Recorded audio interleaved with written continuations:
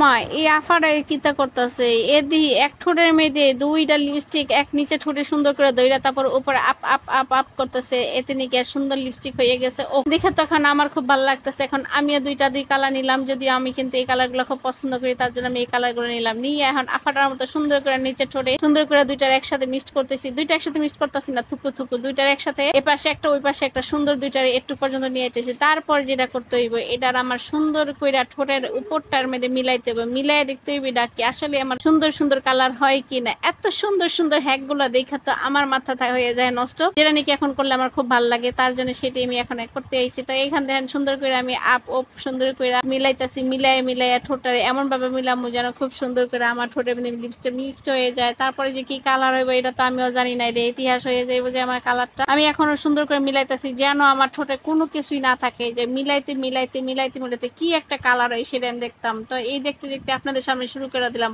1 2